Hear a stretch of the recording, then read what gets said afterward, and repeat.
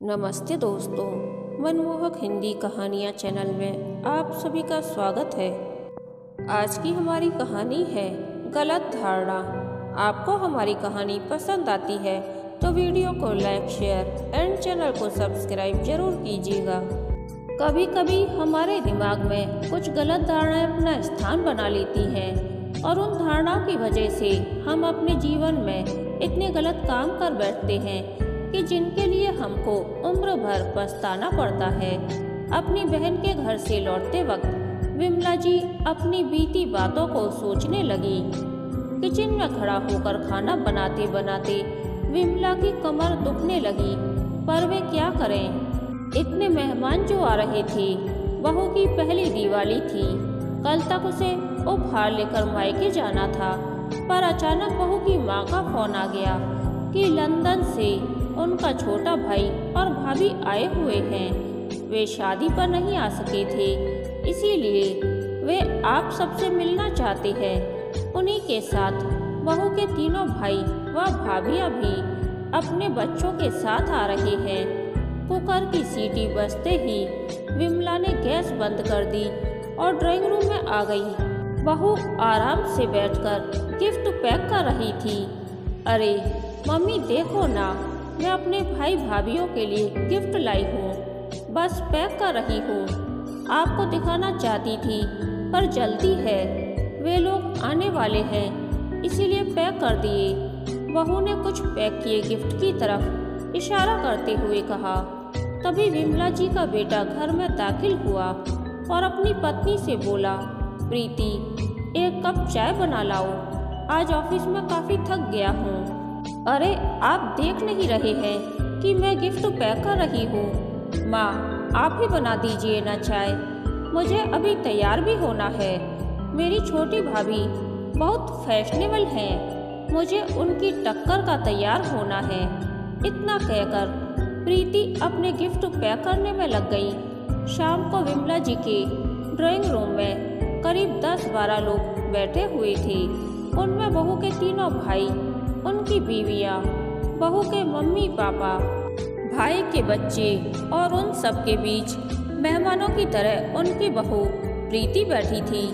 विमला ने इशारे से बहू को बुलाया और रसोई घर में ले जाकर कहा, प्रीति सबके लिए चाय बना दे, तब तक मैं पकौड़े तल लेती हूँ। क्या मम्मी, मायके से परिवार के सारे लोग आए हैं और आप कह रही हैं कि मैं उनके साथ न बैठकर यहाँ रसोई में काम करूं। मैं तो कब से कह रही हूँ कि आप एक नौकर रख लो, पर आप हैं कि बस अब मुझसे कुछ मत करने को कहिए। मेरे घर वाले मुझसे मिलने आए हैं, अगर मैं यहाँ किचन में लगी रहूँगी तो उनके आने का क्या फ़ायदा। इतना कहकर प्रीति किचन से बाहर निकल गई और विमला जी किचन में अकेली रह गई। उन्होंने शांत रहकर काम करना ही उचित समझा। विमला जी ने जैसे तैसे चाय और पकोड़े बनाकर बाहर रख दिए और वापस रसोई में खाना गर्म करने चली गईं। बाहर से ठहाकों की आवाज़ें जब जब उनके कानों में पड़ती, उनका मन जल जाता। विमला के पति 1-2 बार किचन में आए, सिर्फ यह कहने के लिए कि कुछ रोटियों पर घी मत लगाना, प्रीति की भाभी नहीं खाती और खिलाने में जल्दी करो, बच्चों को भूख लगी है। विमला जी का खून तब और जल गया जब जाते जाते प्रीति की मम्मी ने उनसे यह कहा, क्या बहन जी, आप तो हमारे साथ जरा भी नहीं बैठी, कोई नाराजगी है क्या। सबके जाने के बाद प्रीति तो तुरंत सोने चली गई और वे रसोई संभालने में लग गईं। अगले दिन विमला जी का मन हुआ कि वे पति और बेटे से बीती शाम की स्थिति पर चर्चा करें, पर दोनों ही जल्दी ऑफिस चले गए। 2 दिन बाद फिर प्रीति की एक भाभी घर आ गई और उसको अपने साथ शॉपिंग पर ले गई।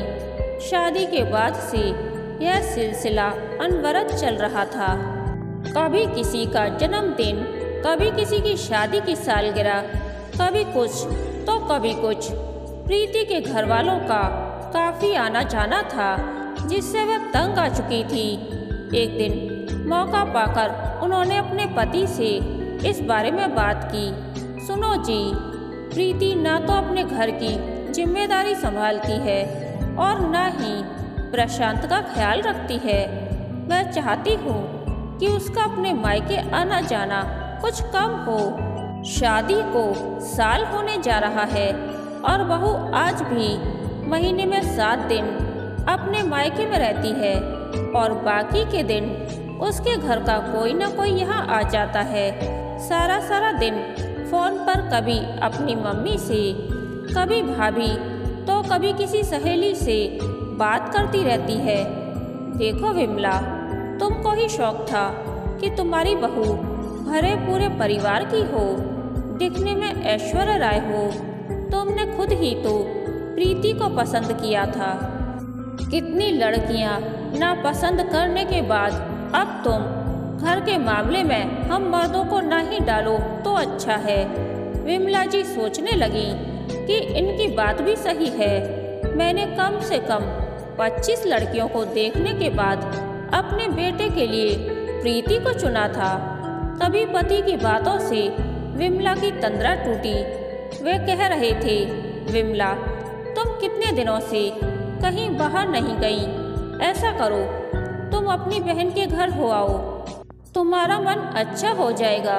अपनी बहन से मिलकर अपना दिल हल्का करने की सोच से ही विमला खुश हो गई। अगले दिन ही वे तैयार होकर अपनी बहन से मिलने चली गई, जो पास में ही रहती थी।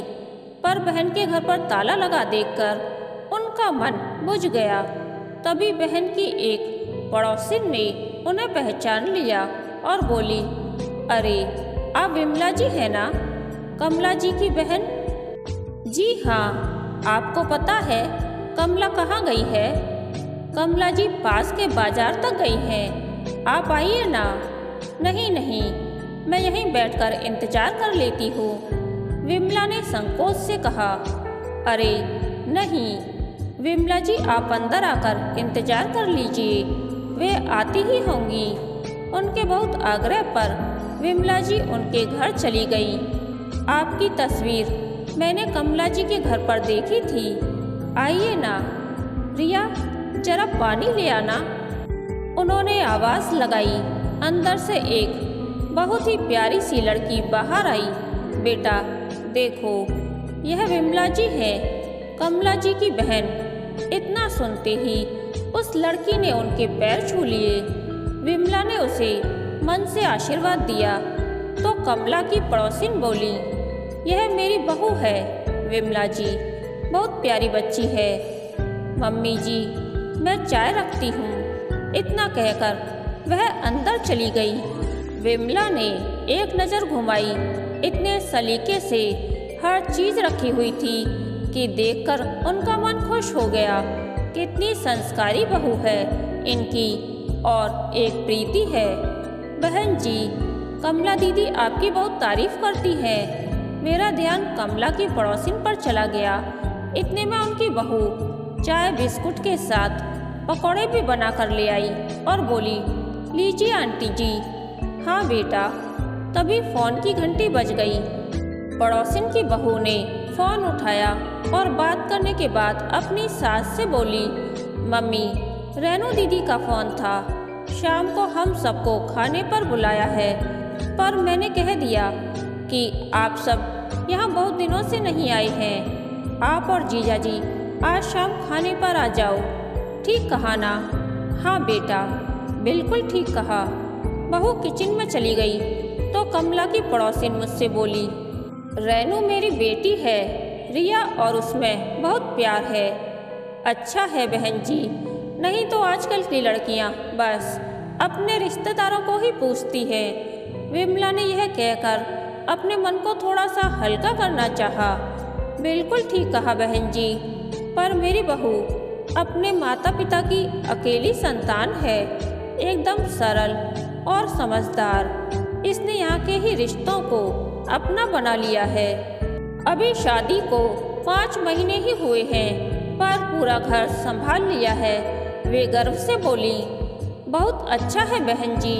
विमला ने थोड़ा सहज होकर कहा, अकेली लड़की है तो अपने माता पिता के घर भी बहुत जाती होगी। वे अकेले जो हैं। नहीं जी, बहू तो शादी के बाद सिर्फ एक बार ही मायके गई है, वह भी कुछ घंटे के लिए। हम बात कर ही रहे थे कि बाहर से कमला की आवाज़ आई, रिया बेटा घर की चाबी दे देना। कमला की आवाज़ सुनकर रिया किचन से निकली और उनको अंदर ले आई। रिया ने खाने के लिए रुकने को बहुत जिद की, पर दोनों बहनें रुकी नहीं।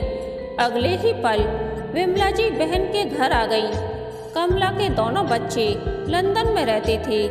वह और उसके पति अकेले ही रहते थे।